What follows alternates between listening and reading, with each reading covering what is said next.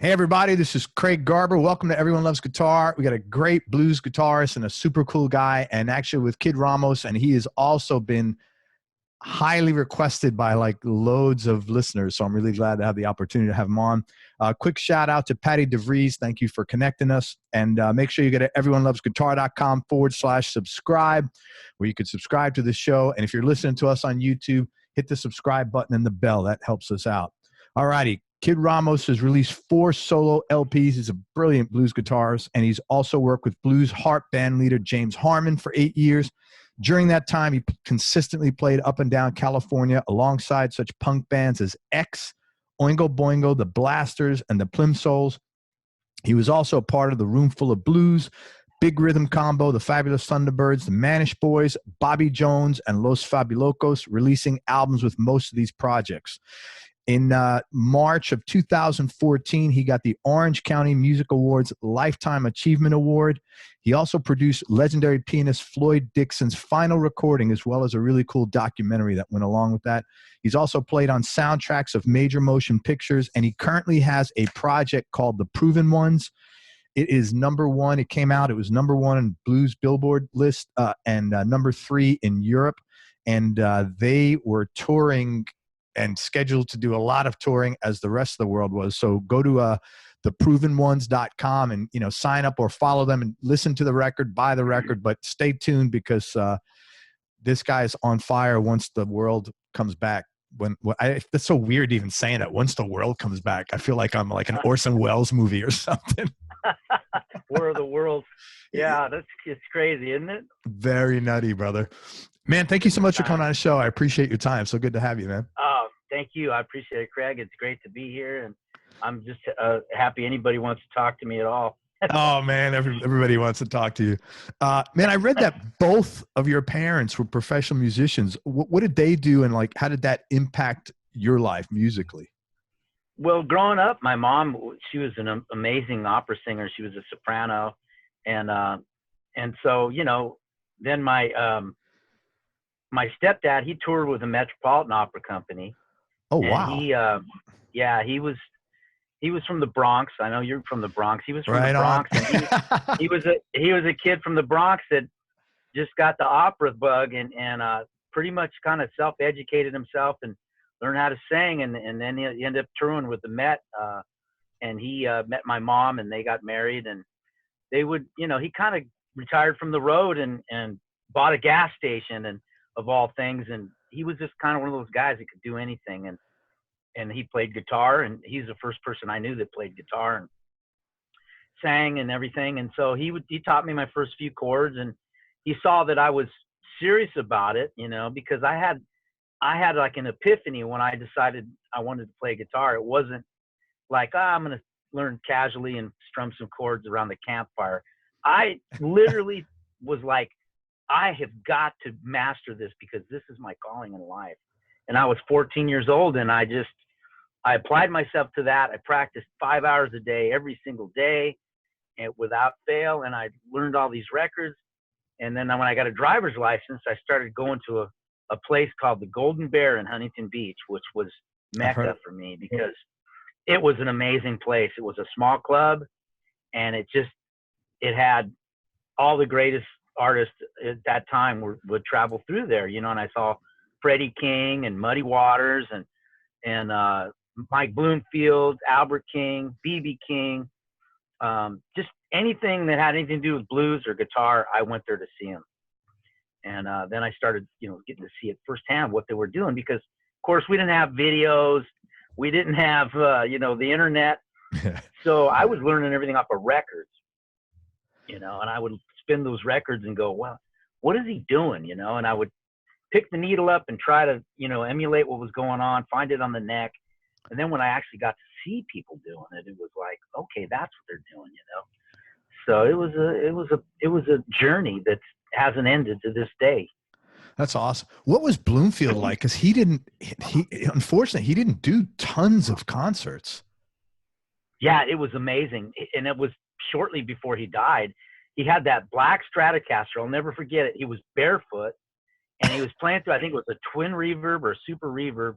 and he had Nick Gravenides with him, and I forget who else was in his band. Boys. Yeah, it was a band. It was that band, you know. I mean, Wow. those guys, you know, and it was.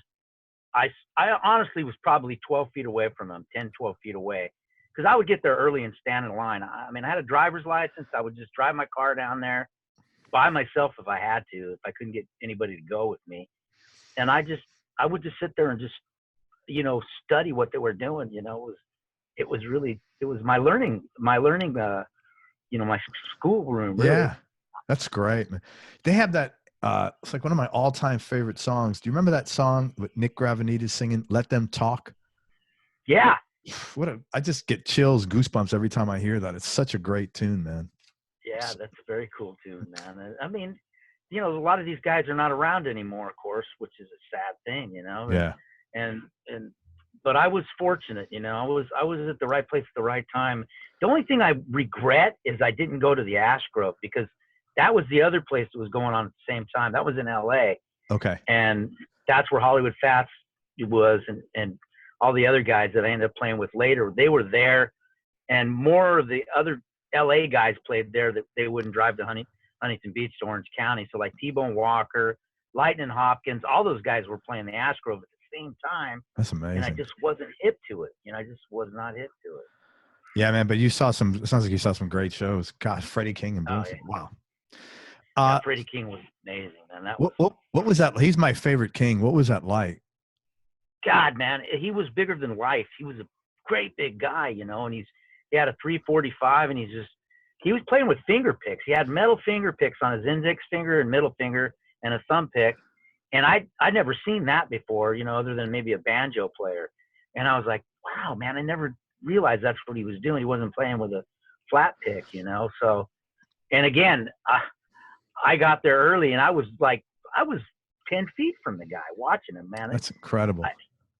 I wish there was films of that stuff, because it was really amazing. Yeah. So fierce. His attack was just so fierce, man. Oh yeah. He had the fire, man. He really did. Hey, so so you're paying your tuition, you're paying your dues. How'd you first get started in the music business, and like, what was maybe your first break?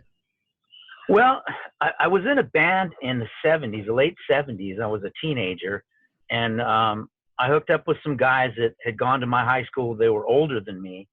And we had this band, and we played the Troubadour, Doug Weston's Troubadour. And we started playing some clubs around at that time. And this is like right before the punk scene really kind of started. It was late 70s, like 78, 79, somewhere in there. And so we went to the Troubadour, we played, and we opened for the Robert Cray Band. And at that time, you know, Curtis Salgado was the singer in the band. So, you know, we're there, and we're sitting at the table after our set, and the doorman comes over. He goes, "We got a couple of people that want to sit here at your table. You got room? Can you scoot over?" And we said, "Yeah, sure." Well, it was Dan Aykroyd and John Belushi, and they were there to see Robert Cray, because, you know, they had a history with those guys, and they proceed to start telling us about this movie that they're making called The Blues Brothers. Oh my God! So, how funny is that? It was crazy. And Belushi was drinking, his glass was a pitcher of beer. That was his glass. And he's drinking beer. These guys are out of their minds. And we ended up staying all night till the end with these guys and partying with them and everything. And I just got the bug so heavy at that time. And going to the Troubadour and playing the Troubadour and seeing that whole LA scene kind of opened it up to me, because I was a kid in Orange County, you know. And I would drive to LA to see, you know, I'd see John Lee Hooker with Canned Heat, and I saw some other stuff, but God, I was you really saw some amazing shows. Well, you know, I tell my son this stuff, and he's like, he can't believe it, because he's kind of lived a sheltered life. You know, it's a different time than it was then. I mean, I used to hitchhike places. I did all kinds of stuff I would never want my kids to do, you know. Of course. Yeah, but at that time back then, it was different, you know. I mean, I graduated from high school in '77, so it was a totally different world, you know. But as far as the music business, when I got in the James Harman band, we had a mutual friend, James Harman and me. Steve Sos is his name. He's a great surf guitar player, and he's a repairman that's worked on a bunch of people's guitars. And he's a local guy here in Orange County, good friend of mine.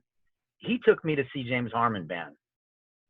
When I saw those guys, I was like, okay, I got to be in this band. Whatever it takes, I got to be in this band, right? So I would follow them around. They'd get me up to sit in, and I went to James's house, and he was real gracious to me. He, made me CDs, or not CDs, cassette tapes of all these records, because he was a record collector. So he had a room in his house that was bookshelves from floor to ceiling. He had 78s, he had 45s, LPs of all this stuff, all the blues records you could ever want to hear in your life. And he started making me cassette tapes, like, okay, this is a Memphis style, this is East Texas, this is Chicago. And I tried to absorb anything I could. And eventually, after following them around for a few months, he asked me to join the band. And so when I joined that band and I actually got paid at the end of the night to play guitar, that was just like, I couldn't believe somebody was handing me money to do this, what I wanted to do and loved my whole, teenage years growing up. So that's how I started in the music business, was with James Harman, basically. And then I played on the records with him, and we recorded at some great studios with Jerry Hall, who's passed away. He was an engineer that worked at Motown. He was friends with James, and so he had access to some really great studios, Sunset Sound, all these places, their hit records were made. We got to go and record at those places. So that kind of started me. And then, of course, we started traveling, going on the road, and got a few record deals along the way. Wow, man. It's funny. When you just said that, I've heard so many people say that I couldn't believe I was getting paid to do this thing that I love so much. And man, that's really, hearing this over almost 700 interviews has really changed my life. It's made such a big impact on me. And I really appreciate the doing things for a totally heartfelt reason now, and it's so nice to see that. I mean, I hear the joy, and I see the joy in your face when you say that. And I've seen that so many times. It's really nice, and really fortunate that you've gotten to do that. That's the thing, because you start out as a fan of the music, right? And I've never stopped being that fan of the music. Yeah. And that's the passion. That's why you do it. The business part of it's the worst part of it, of course. It's a cutthroat business. Always has been. It's got a history of being a cutthroat business. But when you get into it, you don't get in it because it's a business. You get into it for the passion of what is in your soul, man, what you want to do and how you want to express yourself through your music, because it's in you and it's got to come out, Yeah. And that's what got me hooked on it. And it wasn't because I thought I was going to make a bunch of money doing it. Sure. Which, yeah. Of course, that's I don't know anybody that starts out like that. If they do, I'd like to learn the secret to that. But I don't think it's compatible, to be honest with you. Not that there's anything wrong with wanting to make money, but if your goal, that's not compatible with playing something from the soul. Like, I just agree. It doesn't seem possible. If it happens to work, great, God bless it, but it just seems not congruent. I agree with you. What were some of the challenges early on as far as like getting things moving and then defining your own sound? Well, I struggled, man. I really did. For many years, I struggled because I was only in the band for a short time, and I was intimidated. I was a kid, man. I mean, literally, I was a kid. And Gene Taylor was the piano player in the band, and he, left that band to go play with the Blasters, and he grew up in Downey. He was with Dave Alvin and Phil Alvin. They grew up together, Johnny Baz and Bill Bateman. So he was the piano player, and he had already played with Canned Heat and all these other people. He'd been in these bands, Doug Somm, Ronnie Hawkins. So Gene was like, he intimidated me, Some big names. We're friends. Yeah, well, we're friends now, and he ended up being in the Thunderbirds when I got in the band. He was already in the Thunderbirds. So, but Gene was like, he was a different kind of guy, and he kind of intimidated me, and just everything about it was intimidating, really. James Harman was a seasoned guy who was doing it, most of his whole life, and so I was finding my identity. And at that time, when Gene left to go join the Blasters, James said to me, "Hey, this friend of mine, Hollywood Fats, wants to join the band." He says, "But you're the guitar player in the band. If you don't want him to, I'll tell him, no, it's not happening." And I was like, Hollywood Fats? I go, man, you kidding me? I go, this is a great opportunity, you know, for me to just to learn from this guy. And so Fats came into the band, and Fats was a genius, man. I still to this day think the best stuff that guy ever played never got recorded. Not that his recordings aren't fantastic, but live, he was a force to be reckoned with. And, you know, he was like a child prodigy. You know, Freddie King's the guy that took him in, and you know, I think he's the one that named him Hollywood Fat. Oh, that's cool. I didn't know that. That's interesting. Yeah, you know, because he was at the Ash Grove. He was a kid, long-haired kid from, you know, Santa Monica, and he would go see those guys. Well, he was in J.B. Hutto's band when he was like 17 or 18. And then from J.B. Hutto's band, he went to Albert King's band. He was in Albert's band at that time. Then he was living at Muddy Waters' house when he was 18 or 19. Wow. Played with him, played with Jimmy Witherspoon. Fats played with all those guys. And at this time, Fats was probably he was in his early 30s or something, or late 20s when he got in the Harman band. So we go out and play these shows. And back then there was a scene. We were playing 7 nights a week, man, most of the time. We had gigs all over the place. We were always playing, you know. That's incredible, man. It was a scene. There was so many gigs.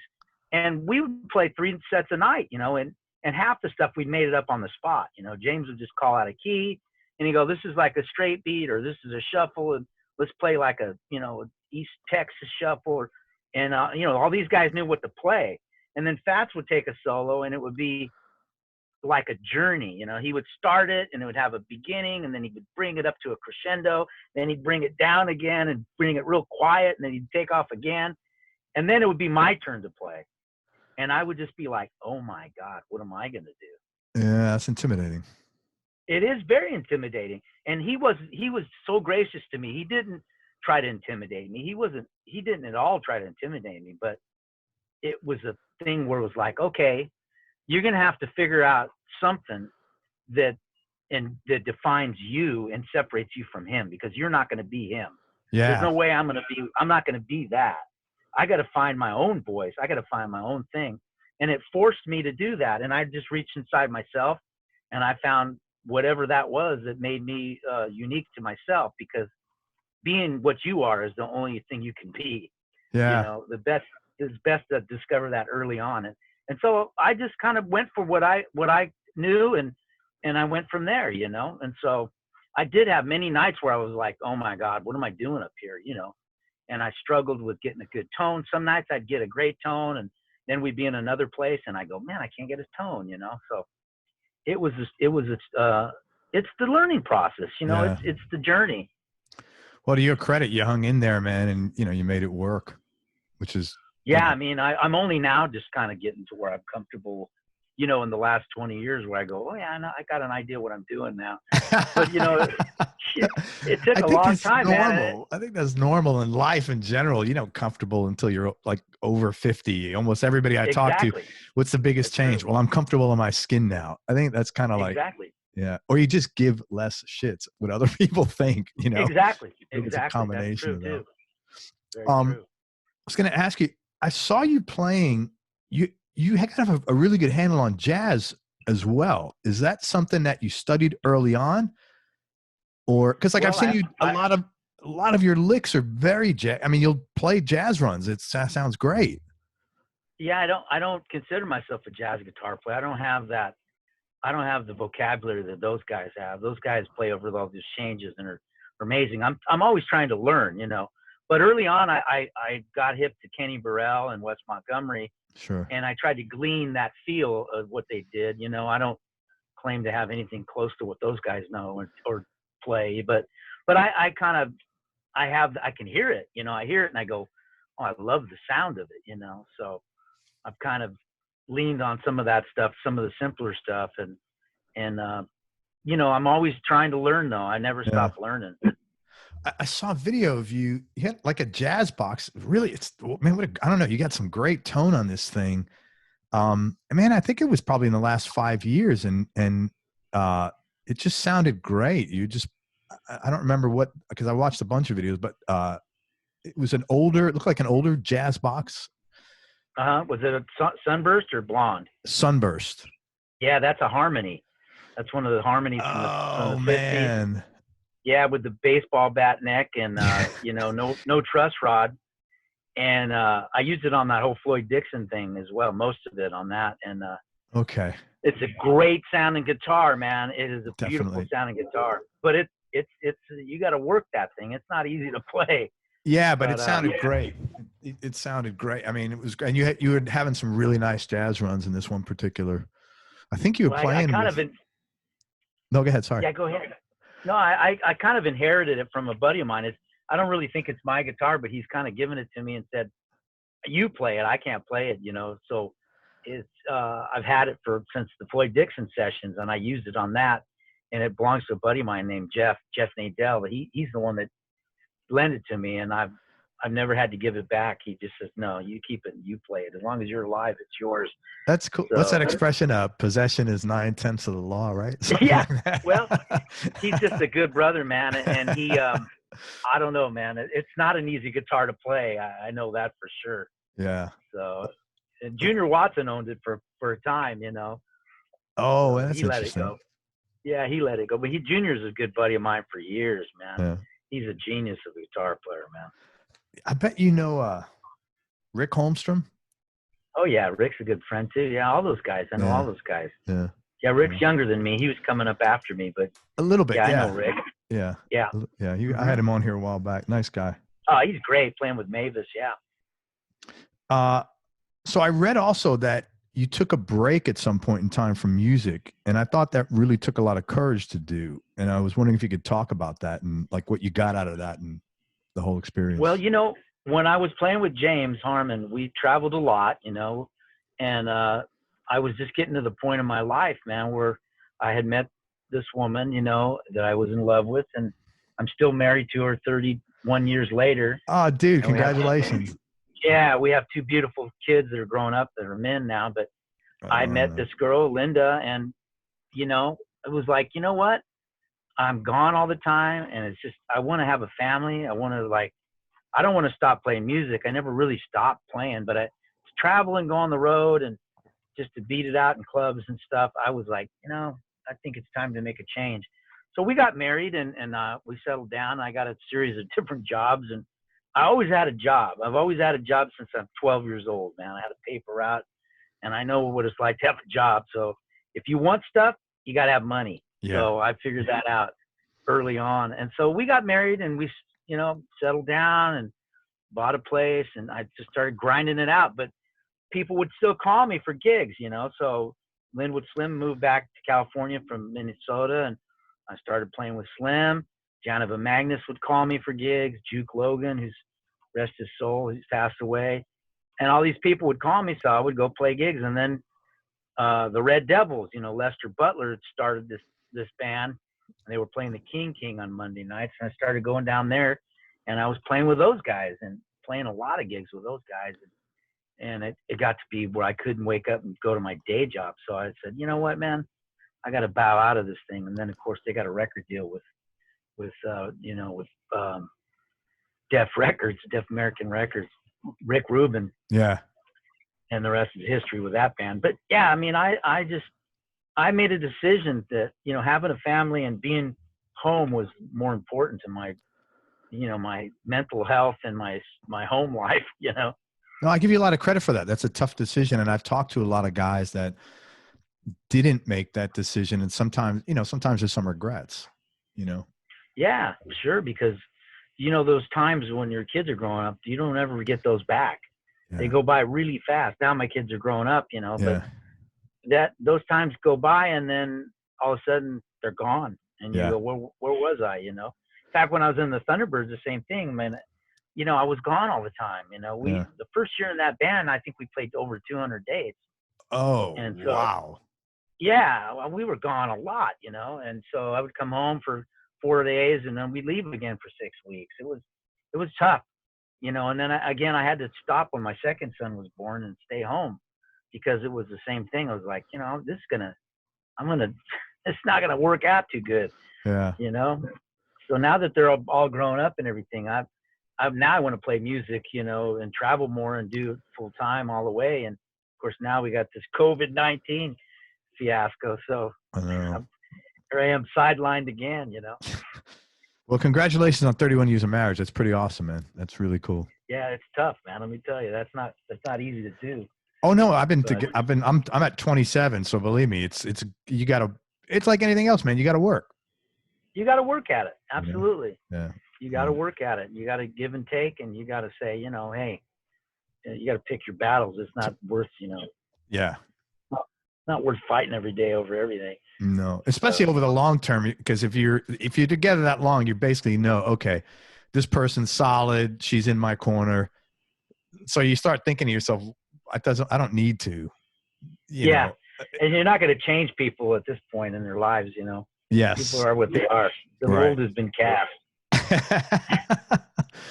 How did you get hooked up with Floyd Dixon, and how'd you wind up producing his last record?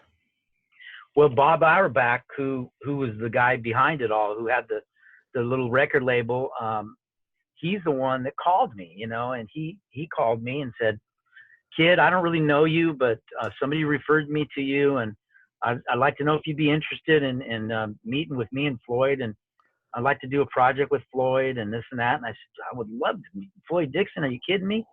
So I went to Bob's house and met Floyd and sat down and talked, and it just was a great meeting. It was a beautiful, kind of I don't know, it was kismet or whatever you want to say. It just was meant to be. And I told Bob, I said, "This is the thing about the Floyd. You have to get the right musicians behind him for it to work.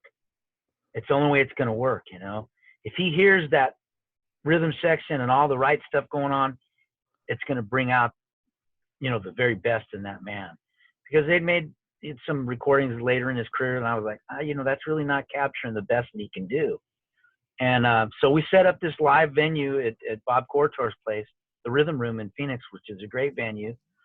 And we had a grand piano brought in, and we said, well, let's make it an evening of piano players. So we had Pine Top and Henry Gray. Of course, Henry played with, Howlin' Wolf, and I asked Kim Wilson if he would join us, and Kim did. And I put the rhythm section of Larry Taylor and Richard Ennis together, which wow, you can't hardly beat that, And so, and I had, great horn players, Steve Marsh and Troy Jennings, and also Fred Kaplan played organ, and we had Johnny Tucker, and I mean, it was just great. Linwood Slim, I had Slim on it with me as well, and it was just a beautiful evening. And Floyd, the first time I went to Bob's house to rehearse the band with Floyd, we started playing this song, man. Halfway through this song, Floyd just jumps up from the piano bench and goes, "You guys know how to play."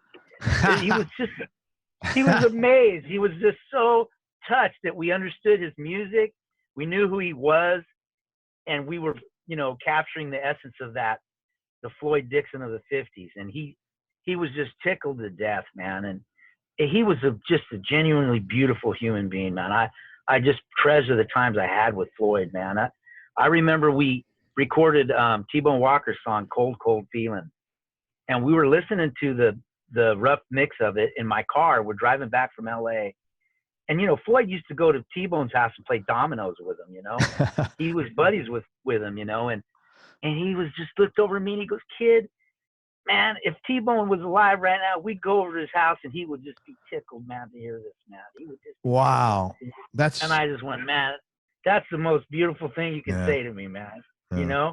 What a compliment. I'll never forget it, Very cool. He was great, man. And just to be involved with him and be able to get to hang out with him. We rehearsed with him, and I had him over to my house for dinner a few times. And, he used to know Sugar Ray Robinson. He used to go over to his house and he dated his daughter. He dated the boxer, Sugar Ray Robinson. Man, that's ballsy. That takes balls to do that.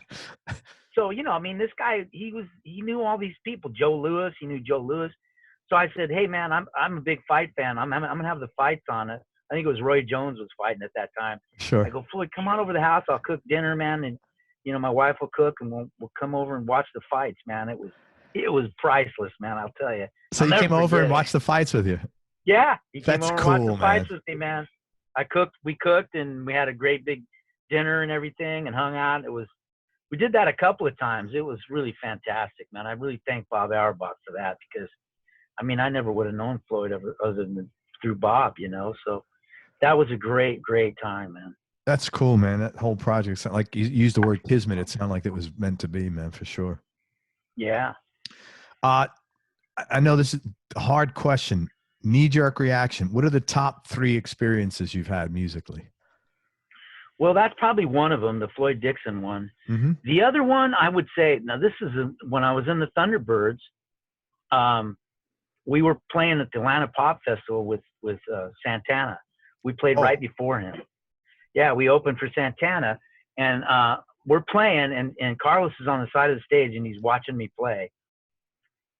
And then, you know, he, of course, goes back to the dressing room or whatever. And then when he came on, I'm standing on the side of the stage watching him play. Of course, you know, I grew up loving Carlos Santana, man. Sure. You know, a Chicano kid from Anaheim, man. If you didn't know how to play, you know, Oye, como va or anything, you're not worth your salt, man. Yeah, man, I feel so. You know, so I'm up there to stand on the side of the stage watching him, and there was a point in the set where the organ player and the drummer and the percussionist take a solo, and Carlos walks off stage and walks over to me, and he hugs me, and he says, whispers in my ear, he goes, "Man, you play from the heart." And I just went, "Oh, man." Wow, dude, I got goosebumps here, man. That just killed me, man. Yeah. That to me was like one of the greatest things anybody could do. And it just, even if he didn't mean it, this fact that he did that, it really meant a lot to me, man. Oh, I'm sure he meant it. Why he wouldn't? What would be the point of not meaning it and going over to? Yeah, I mean, yeah, like, but I mean, you know, I don't. He's just a gracious guy. You know, he's a super nice guy. We had a chance to play with him a few times, but yeah, he was the fact that he did that, man. That put a stamp of approval for me. You know, that validated what I've been trying to do my whole life. You know? Yeah, and you look at that song. You know, you mentioned Oye Como Va. Like, what a great. I mean, nobody was making music like that then. No, and that's the Chicano national anthem, man. You know. No, it is.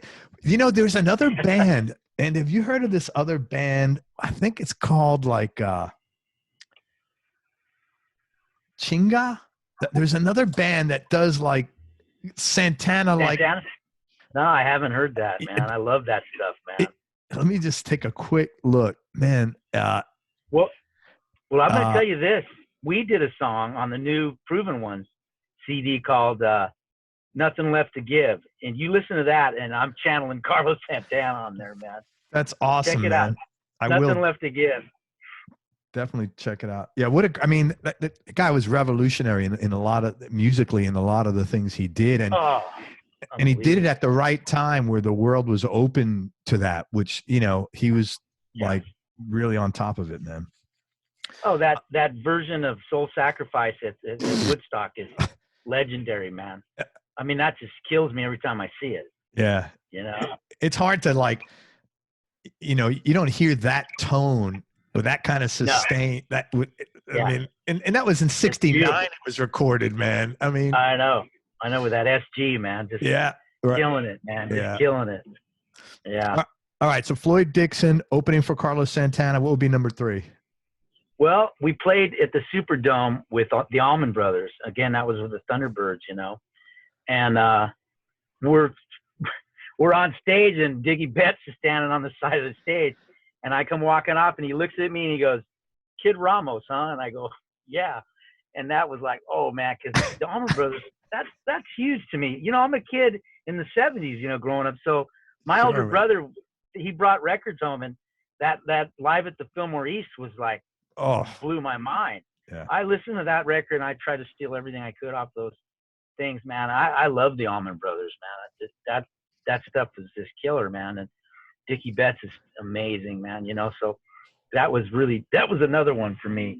Yeah, that's pretty intense. I had his son on the show recently, Dwayne.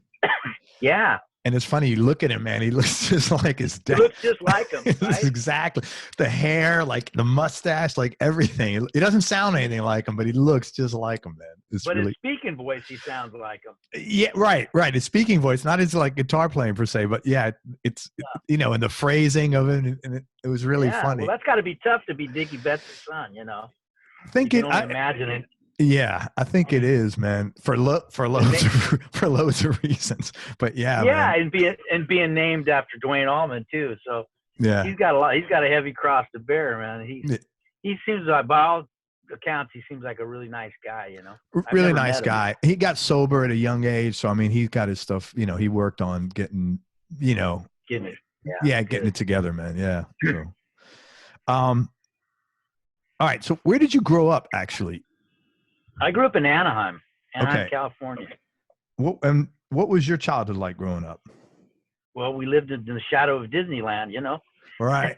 My mom was a singer at the Golden Horseshoe in Disneyland, and I remember going to Disneyland as a kid in the '60s and seeing Walt Disney walking around in a suit, on Main Street. Oh my God.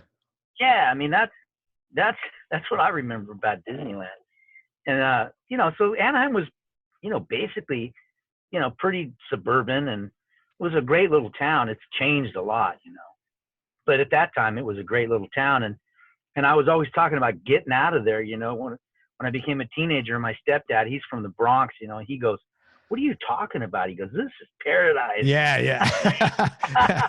It's like kind of a miracle that he became an opera singer growing up where he did. That's just not, I mean, like, I don't even think they allow you to listen to opera in the Bronx. Let me tell you something. My stepdad grew up with 11 brothers and sisters. He had a dad that had some kind of seizure on the streets, fell over and hit his head and died. So his mom had to give up those kids. Some of the kids, 3 of the boys got sent to the convent to be raised by nuns. Oh my God. My stepdad came up tough, man. Yeah, that's heavy. You can imagine in the 40s in the streets of the Bronx. And he said, I had to get out of there or I was going to end up dead or in jail. So he got out of there and he joined the Navy, lied about his age, joined the Navy, ended up being stationed in San Francisco. He got married before he met my mom. And then that's when he decided he wanted to be an opera singer. He went to City College, took music, and he applied himself to that. And he became this singer that he was a baritone. And then he traveled, and got to sing and do that, and I mean, pretty amazing guy. Yeah. And unfortunately, the kind of guy that he was, the Bronx was never going to get out of him. When he owned a gas station, a guy during the gas wars, back in the 70s. In the 70s, yeah, sure. Yes, my stepdad was one of these guys that bucked the system, and there was gas rationing, and they said, well, you can't get gas unless you got even or odd. Yeah, it was like A through E or something, Monday. Yeah, I remember that. The lines were like, yeah. Yep. It created a whole thing in him, and he had all these customers that were loyal customers, so he made appointments for them to get gas. Well, they arrested him for it. It ain't no different than what's going on now. Gotta be kidding me. It's the same thing with people getting arrested for opening their hair salon. So he got arrested a couple of times, and then one day a guy comes in, a ex-convict on parole, comes into the gas station in a pickup truck, puts $10 worth of gas in his car, and tries to drive out. And my stepdad jumped in the back of the truck. And this guy drove to an empty lot, pulled out a shotgun, and shot him point blank. Oh my God, I'm so sorry. Oh. Yeah. Wow. Killed him over $10 worth of gas. Unbelievable. Wow, man, that's heavy. I'm real sorry, man. That's Yeah, it changed the course of my life too, because I was in school, I was in college, just started my first year in college, and he was helping me out and everything. And I had a younger brother who was only 9 years old at the time, and my older brother too. And it was devastating, over $10 worth of gas to kill somebody. But that was my stepdad. He was an unbelievable guy, and he basically that's just who he was.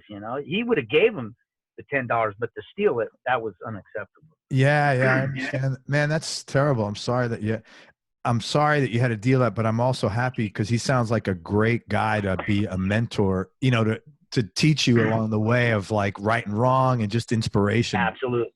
Yeah, man. Absolutely. I find myself very much like him. My real dad's a great guy. He's alive, but I mean, I just seem to be more like my stepdad because of my formative years. I mean, he married my mom. I think I was just about to go into kindergarten until I graduated from high school, so those are those years where he was around, and he was tough, man. He was an Italian from the Bronx. He was a tough guy, man. He was he didn't take any bullshit from anybody. Yeah, That's sure. who he was. But my mom tamed him. He was pretty rough around the edges. I remember one time they got in an argument, and he threw a plate of pasta against the wall in the kitchen, and it stuck there, and nobody would clean it up for a couple of days. I don't know who finally cleaned it, but that's how it was when he first got married to my mom. It was a little rough, you know. Oh my God. But wow. I really came to have a lot of respect for the guy and love for him. And again, he taught me guitar, and he was a big influence on my life, you know. Yeah. So, man, I'm so sorry about that. And thank you for sharing that. That was a very moving story. Did they catch the guy?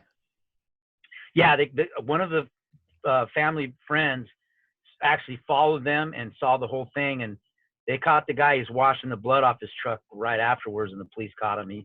He ended up dying in jail. I mean, I had to go to one of his parole hearings, and it was pretty wild, I'll tell you. Oh man, that's got to be like, what's that? That's a weird. What's your frame of reference to attend the parole hearing with the guy who killed you? I'm telling you, yeah. And my mom was still alive at the time. My mom's passed away since, but she was alive at the time, and my stepsister and I and one of my cousins went to it, and it was, you know, my cousin was from the Bronx, you know, and he said, "Hey, look, man, this guy gets out.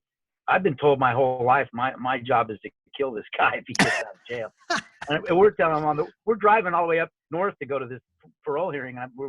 My sister and I go, no, you can't do that. And my cousin's named after him, has the same name and everything. Oh. And I said, nah, you can't do that because you'll ruin your life, not just, you know. But that's how it was. That's was really, the code. It was surreal. Yeah, it was surreal. Let me tell you. Wow, man! Thank you for sharing that. That was really cool of you. Yeah. Let me ask you this: people are often attracted to blues in general as a healing process.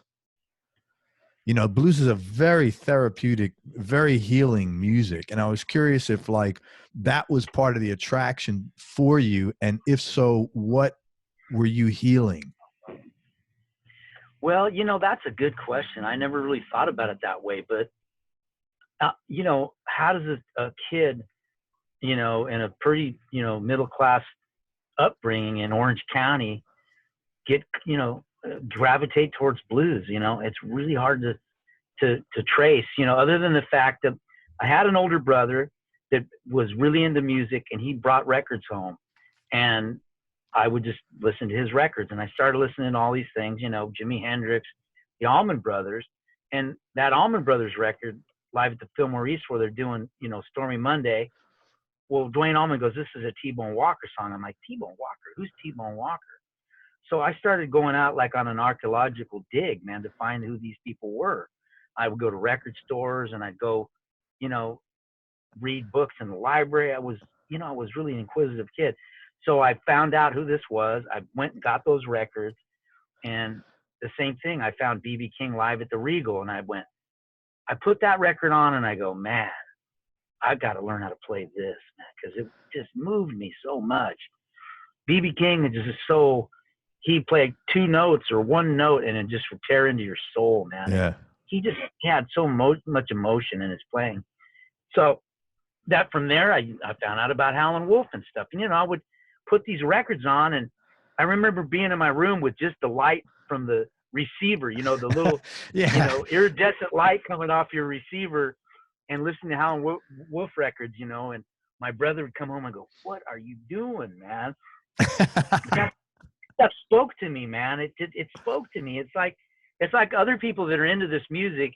How do you describe how that just speaks to you? I don't know, man. It speaks to my soul, you know? Yeah. No, I feel the same way. I'm a blues diehard. Wasn't that fun back in the day though, when you'd look at the back of an album cover and you'd see this, and then you just go to the other side of the store and look up the section. And that was like it was like you felt like you're accomplishing stuff, like, you know, it was like, oh man. I always love to read, man. Yeah. Yeah. And you'd see all the liner notes, and you hold that thing in your hand, and you could see the pictures. It wasn't some little tiny, you know, postcard. It was, you know, the size of an LP. And across the street from my junior high school was a place called Licorice Pizza, which was a record store. It was like a head shop record store. And that's where I That's a bought a cool lot of name, these records. Licorice Pizza. That's a great Think headshot about it, name, man. Yeah, right? great Think headshot about it. name. That's what an LP looks like, a licorice pizza. It's black and it's Yeah, flat like people. that's cool. Yeah. Uh, man, tell me one or two things you did that were out of your comfort zone at the time, but you did them and they turned out to be big breakthroughs for you, or good breakthroughs, or good connections. Well, I'll tell you what, there was one particular gig, and Charlie Musselwhite had called me and said, you know, I'm going to be doing this thing with the Latin Jazz All-Stars. And these were heavy jazz, you know, Afro-Cuban jazz players that played Latin jazz, which is heavy. Very heavy. And yeah. he did this record with these guys, and they were going to do the Long Beach Blues Festival, and he asked me to play guitar on it. So I went to this rehearsal, and I played with these guys, and man, I was intimidated. These guys were just so heavy, man, the musicianship and everything. And we played, and it was a great show and everything. And I played nylon string guitar on this stuff.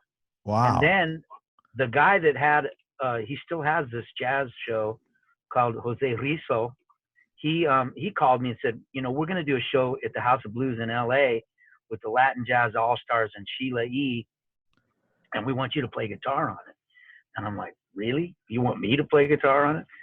I mean, so I had to go play with these guys, man. I was intimidated. They were like, I have to say, they were so much above my musicianship.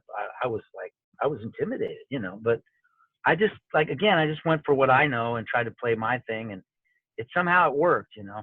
That's I wish great. there was a film of that somewhere or recording, but that was definitely outside the comfort zone.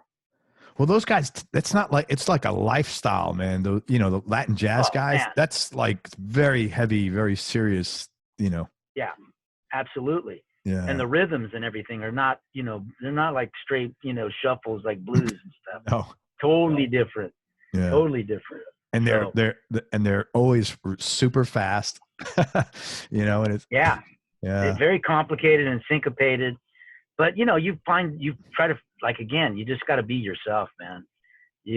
That's the only way you can get to any kind of, you know, satisfaction or success at anything, is to be who you are. So. You sound like you really, somehow you always came back to that and had the confidence to do that.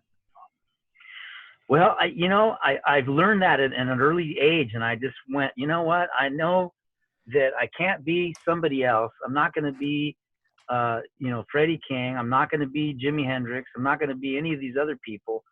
I'm only going to be who I am. Right. I need to find that person and define that person, because that's going to be the most natural thing and the only thing that's real for me, you know. Yeah. Well, it's good though that you had the confidence, even in times of doubt, to come back to that. And that was like, you know, your steady rock, and you accomplished it. Yeah, I guess that's a comfort zone, you know. Yeah. So, man, I didn't realize how tough this question would be. Tell me the 2 or 3 best concerts you've seen. Wow. Well, I'd have to say Freddie King was one of them. Oh, right on. That just changed my life, man. And another one would have to be Muddy Waters, because I did see Muddy Waters a handful of times in the 70s. And let's see, who else? I'll tell you what, the Thunderbirds, before I ever knew who they were, when I was 18, a buddy of mine that I grew up with had moved to Arlington, Virginia, when we were in junior high school. And he said, as soon as I get out of high school, I'm moving back to California. And sure enough, he sent me a plane ticket. He goes, I'm moving back to California. Come out to Arlington. Let's, you know, help me load up this truck and everything, and we'll drive back to California. Oh, that was cool. So, yeah. So I was out there at his place, and his mom had him doing all kinds of chores and stuff before she would let him leave town. And I'm looking through the local paper, and I go, man, let's go see some live music, man. And I wanted to go see Sonny Stitt, the great bebop jazz player, sax player. And he goes, okay. So he lived near Georgetown. So we walked across the Potomac River. We go into Georgetown. You know, Georgetown's a tough place, man. Yeah. And we're just teenagers, you know. We're walking around Georgetown, and I could not find this club to save my life. Of course, this is before anybody had a phone with GPS and everything. Right. And he goes, let's go over to the Bayou. It's a place called the Bayou. It's a club. Let's go see who's playing there.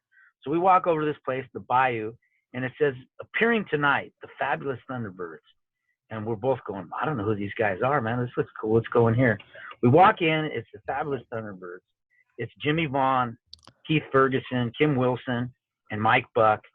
And they proceed to just blow my mind, man. Wow. I mean, low down blues. It's just played with so much, you know, just from the gut and just beautiful, man. And they were in their prime, I think, you know, or young, still really young, you know. And Jimmy Vaughn blew my mind. I think Jimmy Vaughn's one of the greatest, you know. And they played 3 sets, you know. And I went up on the break. I went up to talk to them and said hi and stuff. And they just kind of looked at me. Yeah, you know, go, yeah, okay, whatever. And I ended up being in that band, you know, almost 20 years later. Did Jimmy remember that? Probably not, right? I don't think so. No, Yeah. I don't think any of them. I went to see, after that, I went and bought that first record. And, you know, that was a big influence on a lot of guitar players, man. And I go see them. I went and saw them a whole bunch of times after that. And I remember another time I went to talk to Kim, and, you know, I had this big pompadour, and he just looks at me and goes, man, if I had your hair, I'd be a millionaire. Oh, man. Oh, man, that is cool. That's great, man. All right, let's talk about gear for a few minutes. What is your your go-to guitar, your number one right now? Has that changed over the years? And what else would round out your top 3? I would have to say a Stratocaster, and I have got a handful of them. And the thing about the Stratocaster that's forced me into being a Stratocaster guy is really the fact that if you got to get on a plane with one guitar and a gig bag, a Stratocaster is about the best bet you can have, because you can't hurt it. Can't really break it hardly unless you really try. And you can accomplish a lot of different sounds with a Stratocaster. So by default, it's been a Stratocaster for so many years. Yeah. And I've owned hollow bodies. I've owned, you know, gold top Les Pauls. I've owned all kinds of guitars through the years when you could buy them at a reasonable price. And I don't know, I'm still playing a Stratocaster after all these, you know, 40 some odd years. And I don't know, man. It's just one of those go-to things, and I'm comfortable with it. And somebody asked me one time, man, you know, you're considered a Stratocaster strangler or whatever. And I go, you know, I never really thought of myself that way. It's only by default, man, you know? Yeah. So what is your Strat? What's your number one Strat? Like what? I have a Sunburst, you know, 2-color Sunburst, you know, just a reissue one. I don't have any like really expensive old ones anymore. I've sold them all just to survive and pay bills, you know? So sure. I put together a bunch of them that I really like, and I got a custom shop one that John English made for me. That's a beautiful guitar, but you wouldn't want to travel with that anymore. It's you know, now it's worth a lot of money, and so I just travel with stuff that I wouldn't be heartbroken if it got taken away or anything. I just consider them tools, man, to be honest with you. I'm not really, I mean, I'm attached to them, and I love the ones I have and everything, but the ones I travel with, I just have to find one that works that I can travel with, because if something happens, you know, you never know. The airlines are just horrible, man, you know. What would round out your number 2 and number 3? A hollow body, man. I got an ES5 that belongs to a friend of mine that used to be mine. I sold it to him. Great guy, great brother, man, that came down one day. He goes, you know what, that guitar needs to be with you. Another one of those stories, the same story, a different guy, different That's guitar. Awesome. And but that says a lot about what you're doing to people when you're playing. Even though they're friends of yours, man, but you know, that's a big thing. Well, I mean, I tell you, man, he came out one night to see me play, and he's a good friend, and he's a great guitar player, and I sold this guitar to him years ago, and you know, for a lot of money. And it's a blonde ES5, Gibson ES5. It's a beautiful guitar. I think it's a 51 or 2. And he goes, you know what, man? He goes, that guitar belongs with you. You need to have that guitar with you. And I said, oh man, you know, you've had a few drinks tonight. When you wake up tomorrow, you're gonna no. He goes, I mean it. That you need to have that guitar. The next morning he calls me. He goes, I'm standing in your driveway, man. Can you come outside? I couldn't believe it, man. And I opened the case, man. I literally teared up, man, because it was like seeing an old, long lost friend, you know. I couldn't believe that he actually showed up and brought the guitar. That's really cool. Here, man, it still had the same strings on it. I don't think he ever changed the strings or anything. And I love that guitar, man. I don't travel with it because it's worth too much money, but that's a beautiful sounding guitar, man. It's really, you know. Yeah, it is. Those hollow bodies, they're beautiful, you know. So, but you know, again, you know, guitars, you know, it's a means to an end, you know. The guitar in the right people's hands, it's going to sound like them, no matter who's playing. Yeah. And I don't think it's the guitar so much as the person playing it. So, you know, I'm going to try to sound like me no matter what guitar I'm playing, you know. You're right, because I got that 335 because of Freddie King, and you know, I've never even sounded remotely close to Freddie King, as much as I wish I would. Yeah, that's the thing about it, isn't it? What are you playing through most of the time, amp-wise? I like AC30s, man. I got a friend, Dave Gonzalez from the Paladins, that I went over to his house one day some years ago, and he had an AC30 sitting in his front room and an Esquire. And I had an Esquire for a good portion of the Thunderbirds time that I was in there. And that Esquire through that AC30 sounded so good to me. We were on the road with the Thunderbirds, and we went to Guitar Emporium in Kentucky, in Lexington, I think, or where is it at? Somewhere in Kentucky. And they had this beautiful AC30 in there. And at the time, I had a Bassman, a Tweed Fender 59 Bassman, a real one, not a great out, which is a great amp. Yeah, it was a great amp, and so I traded them straight across for that, and I still have that box. Wow, And that's been a long time because I've been out of the Thunderbirds since 2002, so I've had that amp for, you know, over 20 years, and I still have it. I love it, man. So I try to get those when we're doing fly gigs, you know, and over in Europe, it's not a problem getting AC30s. So I like AC30s. If you play through the normal channel, you only got volume and cut, 2 knobs, that's all, and keep it simple, man. Right on. You ever sell a guitar you wish you can get back? Well, the one I did sell, it came back to me, so that's pretty cool. The ES5. You know? Yeah, even if I don't own it, I get to play it. Yeah, so man. I don't have the pink slip, but I get to drive the car, you know. I like that. What's the first album you ever purchased, if you remember? That's a good question, man. I don't. You know what? I think it was Paul Humphrey's Cool It Acid Test band, and they did that song called Popcorn, man. This is like in the 60s. It was an instrumental, and where I lived, the Singer Sewing Machine shop used to sell records. They used to sell 45s, and I bought that there at the store, and I took it home. I don't know why I bought that record. I remember hearing it on the radio. Paul Humphreys is a jazz drummer. Paul Humphreys Popcorn. I got to check that out. I don't know that record. Yeah, check it out. It's a goofy kind of song, but it for some reason, I don't know. I was probably 9 or 10 years old, and I go, I got to get this record. And I ended up buying it there at the Singer Sewing Machine shop. That's funny, the 45. Man. Yeah, the 45, man. Give me your knee-jerk reaction, kid. Top 3 Desert Island discs, just for right now. Obviously, that could change. The one would have to be Live at the Regal, for sure, you know. And probably maybe Sam Cooke's Live at the Copa. That's a great record, man. And I don't know, man. The third one, that's a good. Maybe the Santana, the first Santana record. All those early Santana records are so freaking smoking, man. I know it, man. Abraxas and the one before, the white one with you know, that's a great record, man.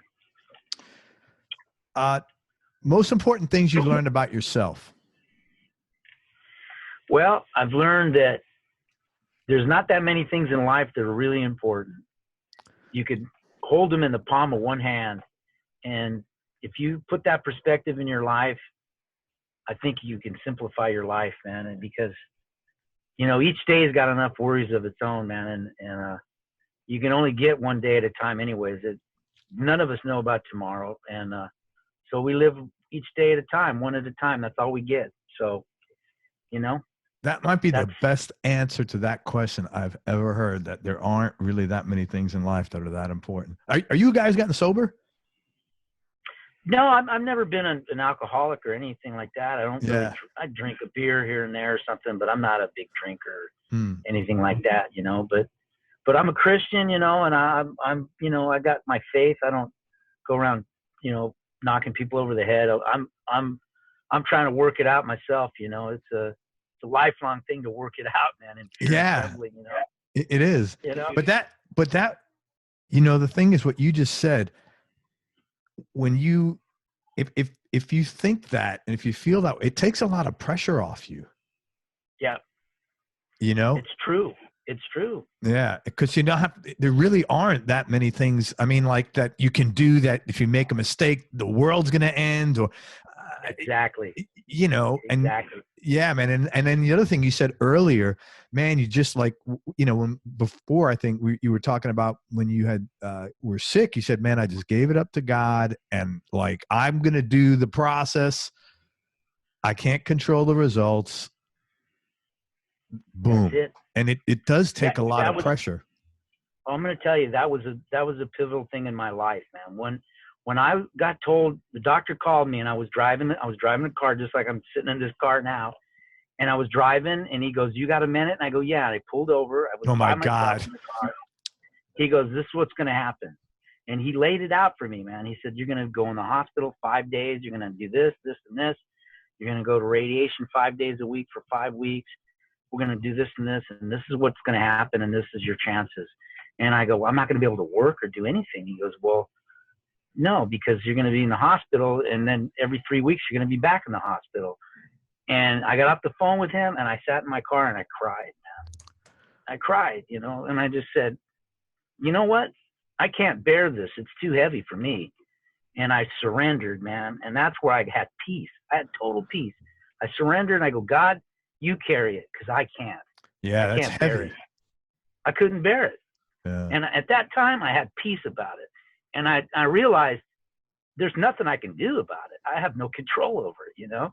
I'll do everything the doctors tell me to do. You tell me to walk through hell, I'm going to do it. That's what you think I need to do to live. And I remember, man, because my wife would come in and start talking to me, and I'd be in bed for 2 weeks out of every month. 2 weeks, because I'd be in the hospital for 1 week. Then I'd come out of the hospital and go straight to bed, because that chemo just beats you up, man. It's like the worst hangover you ever had in your life times 1,000. And I just went, she'd come in and go, "Well, what are we going to do about this? And what about this? And we got to pay this and this." And I told her, I said, "You know what? I can't deal with it, Linda." I said, there's one thing I can do right now. And that only one thing is to survive this. And that's it. I can't do anything else. And man, that was like a lot of wisdom there, man. I really give you credit for, because freaking out would not have done anything for you. No. Outside of make you nuts, on top of having cancer and chemotherapy. Yeah. Yep. There's nothing I could do. Wow. Absolutely nothing. So again, that was one of those things where I just said, okay, then this is what it is. And I surrendered, and whatever's going to be, it's your will, and I'll go with whatever it is, man. I accept it. And I prayed every day, and I said, well, I don't know. I want to get healed, but if that's not your will, then that's not your will. I'm just I'm gonna stay in with that mind, and that's how I got through it, man. I'm not kidding. And it was one of the toughest things I've ever had to do in my life. I cannot imagine. What was the recovery time on that for you? Well, it's still, you know, I mean, I'm still going through it. I'm not going through treatment, but I think I'm getting better and better all the time. But I'll never be like 100%, you know. But I feel pretty good, you know, and I'm alive. So it was, the treatment was you know, it's like trying to kill an ant with a sledgehammer, you know.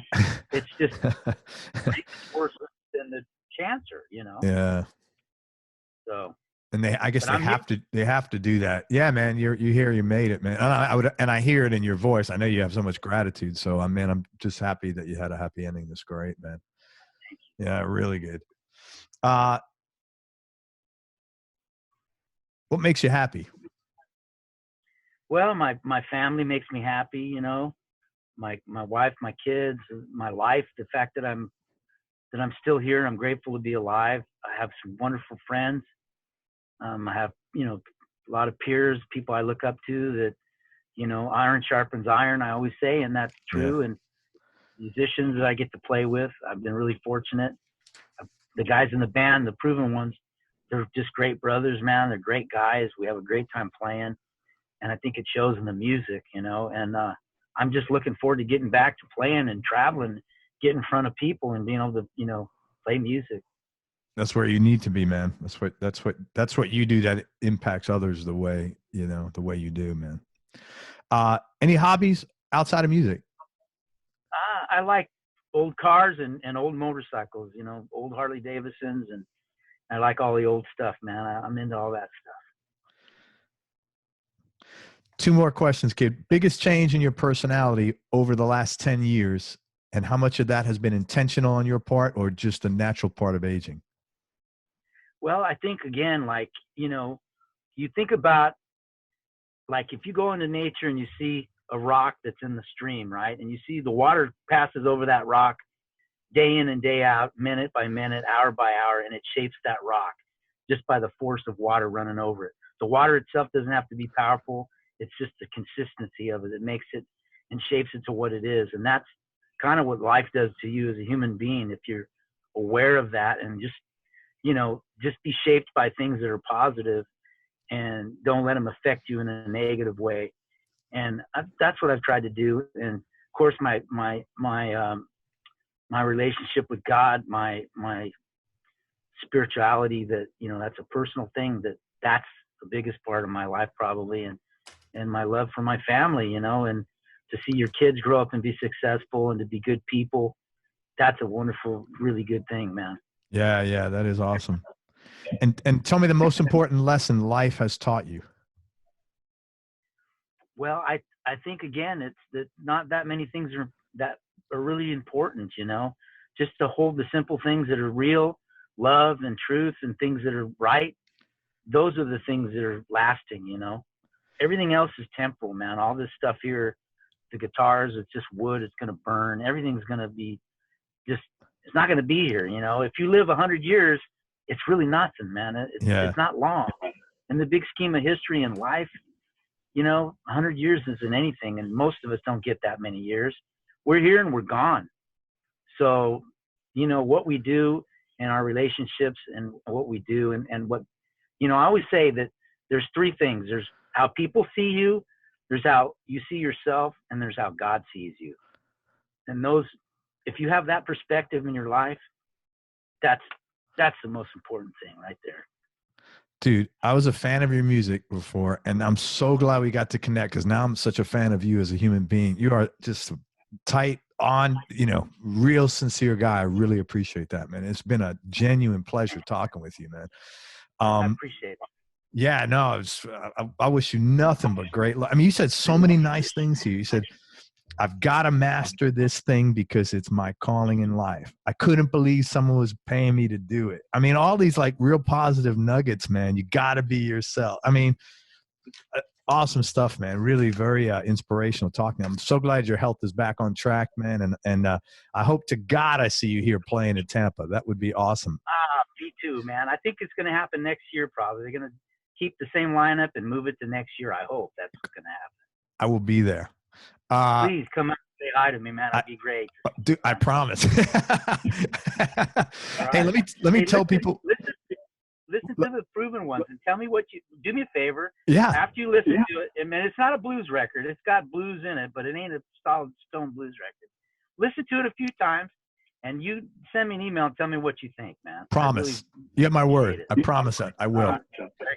So let me tell people, first of all, if you're not hip to Kid Ramos's music, you got to listen to him, man. He's just a very, I mean, the way he is as a human being, that's the way he is when he plays his instrument, man. He gives 110%. He's putting all heart in there, man.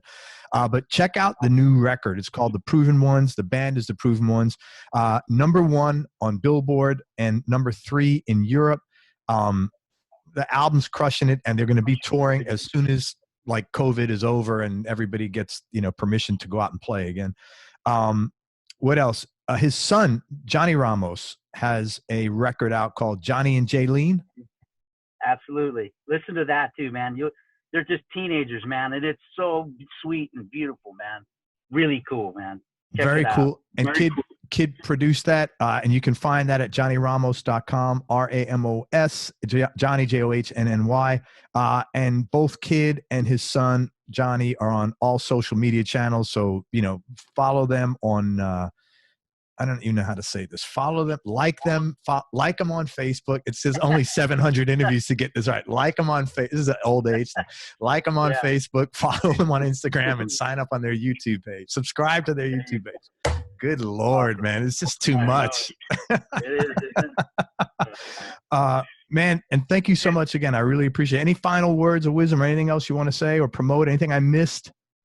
No, you did it, man. It was great. It was a great time talking to you. I really appreciate it, and I hope it works out to be a good interview for everybody that watches it. And I appreciate your time, and I look forward to meeting you in person. Right on, brother. Hang on a second. Let me wrap this up. Everybody, thank you so much for listening. If you enjoyed this, please share it on your social media channels. We appreciate your support. Thanks very much to Kid Ramos for spending time with us. Please check out The Proven Ones. At the website, it's available wherever records are sold and streamed, and it's online at theprovenones.com. They also have another album behind that, their first record, Kid. It's called Wild Again. Is that correct? Yes, Wild Again. Wild Again. Check them both out, and come see Kid when he's out on tour. And check out his son, Johnny Ramos, as well. And most important, especially in times like this, man, you got to remember that happiness is a choice. So choose wisely. Be nice. Amen. Go play your right on, right? Be nice. Go play your guitar and have fun. Till next time, peace and love, everybody. I'm out. Kid, thanks for everything, brother. Thank you, brother.